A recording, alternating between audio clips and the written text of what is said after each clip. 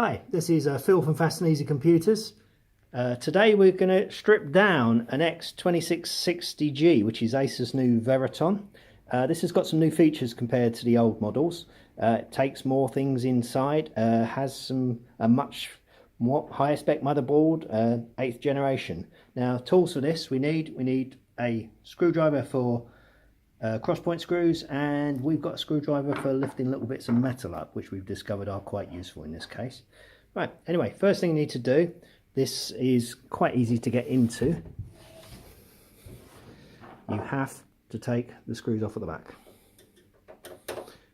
Now these have all been pre-loosened, they're normally a bit tighter than this.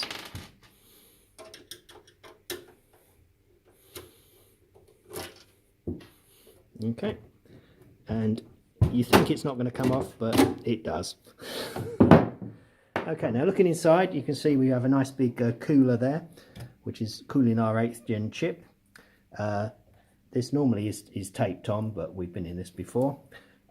You can see its PCIe slot is 16 times there, and it allows a bigger graphics card to go in it. Now previously they were all towards the side of the case on other designs, so this one can take a much better half height PCI Express graphics card, so you can get a bit more oomph out of it, or extra monitor connections, things like that.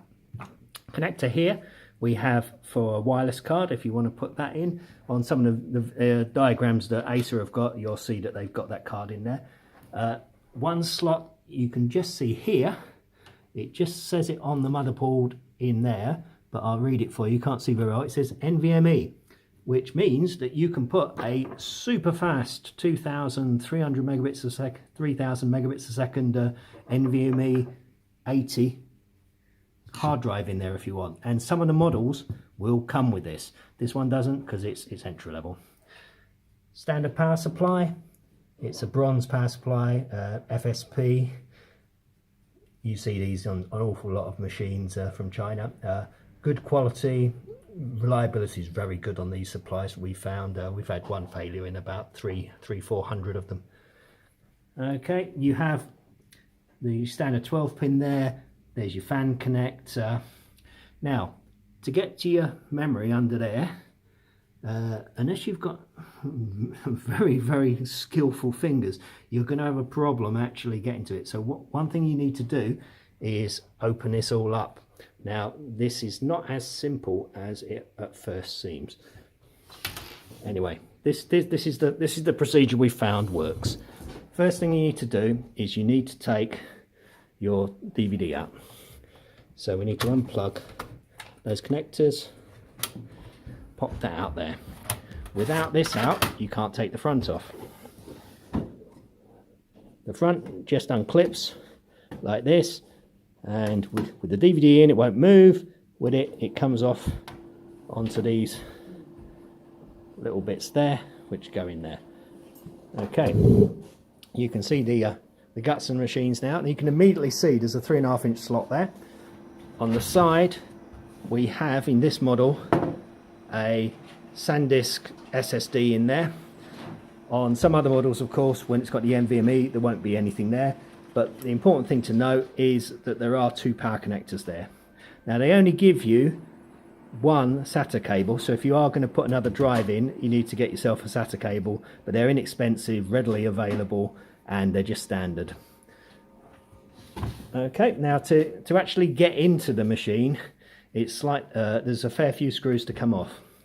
There are these thumb screws here, which, as I say, we have pre-loosened them, but they still are very difficult to get off. In fact, I'm gonna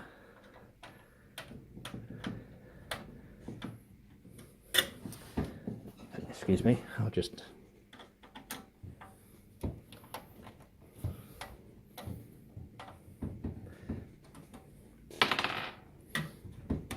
now, of course they are supposed to just unscrew dead easy, but don't quite go.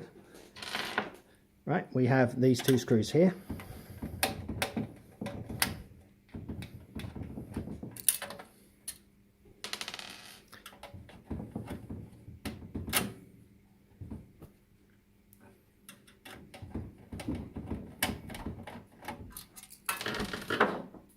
Okay, and there are screws on the top as well.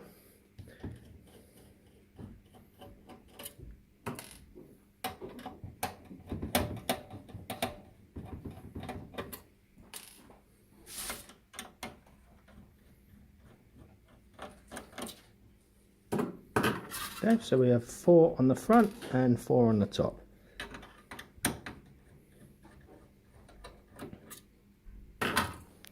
Now, if you just wanted to get this drive out, you don't have to take those screws out. You just needed to take the 2 at the front. And this here actually comes out. Or you think it doesn't until you lift it up, and then it will actually come out. That then allows you to put 3.5-inch drive in there using the caddy. It is quite difficult, so I'm not going to take that out with one hand. But then you just slot it back in, put those screws back. But if you need to get to the bits underneath, what you have to do is take the whole chassis off. Now this, again, feels a bit tough, but does just come out. Then that allows you to get to your memory, and if any of your cables have come out there, if you're plugging in your SATA cable, you've got 4 ports there and you plug them in there. Anyway, so that sort of like shows you the tear down of it. You have to put it back together again in exactly the opposite way that I've just taken it to bits. Anyway, hope that's helpful to you. This is Phil at Fast and Easy Computers in Stockport, UK. Thanks, bye bye.